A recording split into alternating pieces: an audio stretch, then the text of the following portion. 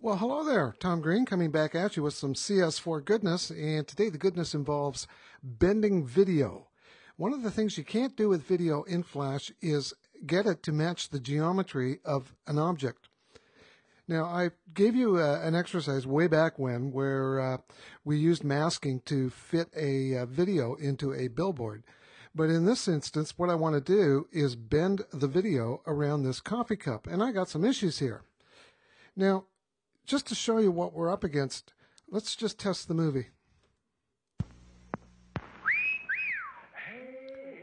So as you can see, the video just sits flat. There's no way of matching the geometry of that curve up there at the top of the mug and the curve at the bottom here either. So how do we deal with that? Simple. After Effects. So I'm going to hop over to After Effects. I'm going to show you how we can do this. So there's here's the project set up. There's the coffee cup image, and there's the video over it. And if I scrub through, you'll see there's the video. Now the problem we have, of course, is that it's flat as well. There is an effect inside After Effects that is seriously sweet. It's the Bezier Warp tool right here. It's in the Distort folder, or you can just do a search for Bezier.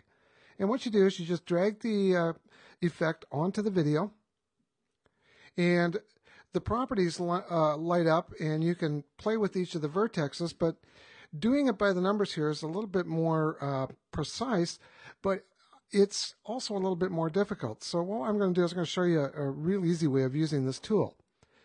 So I'm just going to zoom in a little bit here.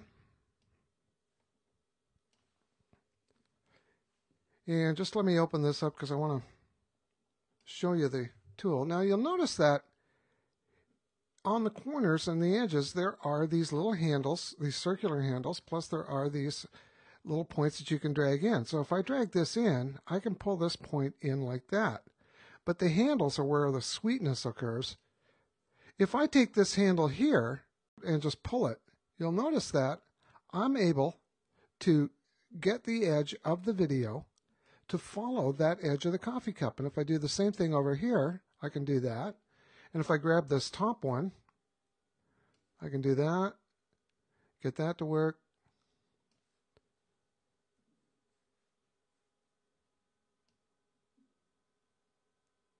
Bring that in to follow that, bring this one in,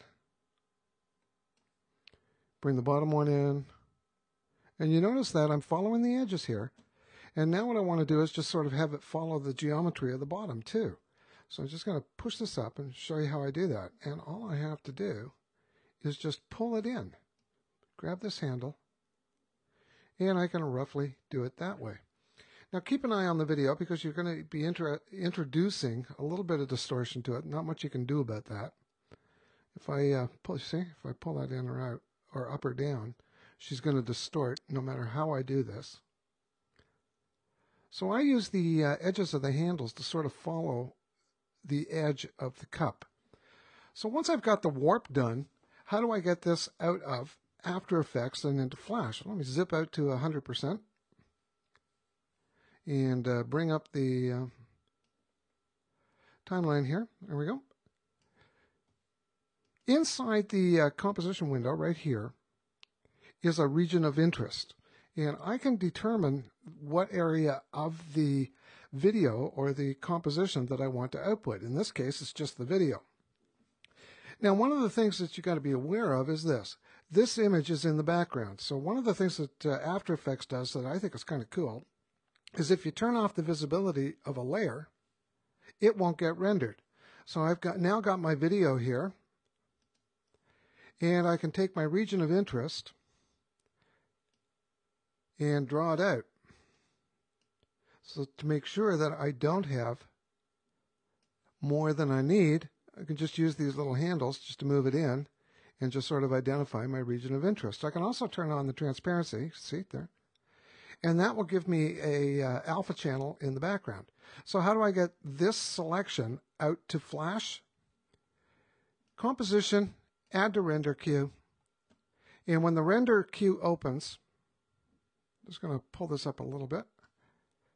Click on the lossless link to open the output module settings. And we don't need a QuickTime movie. What we need is an FLV. FLV is the only format you get for Flash that allows for transparency, so you're going to have to go with that. I don't need a project link in there. Now, to set the data rate and stuff like that for the FLV, you just click on the Format Options button. Make sure that Export Video and Export Audio are selected. Click on the Audio tab. Choose your codec, ON2VP6. We're going to use this for Flash Player 8 or higher. Yes, I want the alpha channel encoded. I want the frame rate set to 24 frames per second, which sort of matches the timeline of the Flash movie. The bit rate I'm going to leave at 350, and in the advanced settings I'm not going to play with any of this other than to choose best. Click on the audio tab, and I'm going to knock the audio back to mono. The audio quality for these commercials was usually mono anyway, so why bother? And I'm just going to take it to 96 kilobytes per second. Click OK. So now that I've got that done, how do I get just that area out? You click on Crop. And you notice this little checkbox here. Click it. And what that does is it says that use the region of interest. Now what you want to do is pull out a pen and note these dimensions, because this will be the dimensions of the video object in your Flash movie. So the final size here is going to be 318 by 312. I'm not too concerned about the audio output. That'll be overridden by Flash anyway. And I just click OK. What do I want to output it to? I want to output it to Coffee Cup Final. I've already got a Coffee Cup Final in here, so I'm just going to name it Coffee Cup 01. And that'll be the name of the FLV, and then to get it going, all you need to do is click the render button. That fires up the render queue, and it will create your FLV. Once the FLV is created, you can save the project in After Effects as an AEP file, and then hop back over to Flash. Now, in Flash, what you want to do is go to the library, open up the movie clip where the video is located, and you'll notice that I've named it My Video, and you're going to want to change the dimensions of the video to match the dimensions of the FLV that you output. Now, the one I'm going to be using had a slightly different region of interest. It had a 314 by 314 dimension, so I'm going to go with that. If you go with the 320 by 240 that you would normally work with, which is the original size of the video, you're going to introduce big distortion into it, because the video will be shot into this area and fill the box. So just be aware of that. Now the code that drives it is right here. It's the standard code I've been using forever. I create a net connection. Tell Flash that there's no media server or Flash media server involved here. That's what the null parameter's for. Create a net stream and attach the connection to the net stream, and then attach the video object, My Video, to the net stream. These three lines, of course, tell Flash, look, ignore the metadata.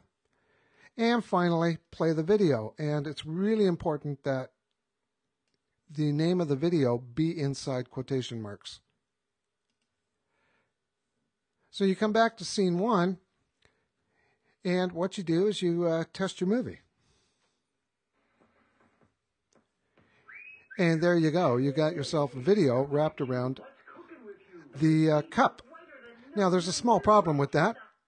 The cup has a big star and some lettering on it, and if I want to make it look like it's being projected onto the cup, I'm going to have to add some transparency to the video. This is why I put the video object in a movie clip. So I just come over to the Properties panel. In the Color Effect, select Alpha, and knock the alpha, say, back to about 90%.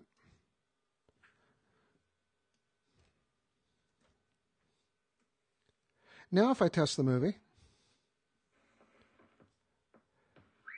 the background shows through. Hey, Susie Q, what's cooking with you? Your teeth look whiter than new. My teeth aren't new, but my... Now, there are a couple of things that I need you to be aware of. The first thing is, of course, as I told you earlier, make sure that the video object matches the dimensions of the video that you are outputting from After Effects. The other thing is that you're not going to get this correct first time. So what you want to do is sort of nudge it into place or put it into place, test the movie, And then using the arrow keys, if I use my left arrow key here, you can see I can move it over. And just keep testing until you get this into position. So there you go. There's how you can wrap video around an object. Have some fun with it.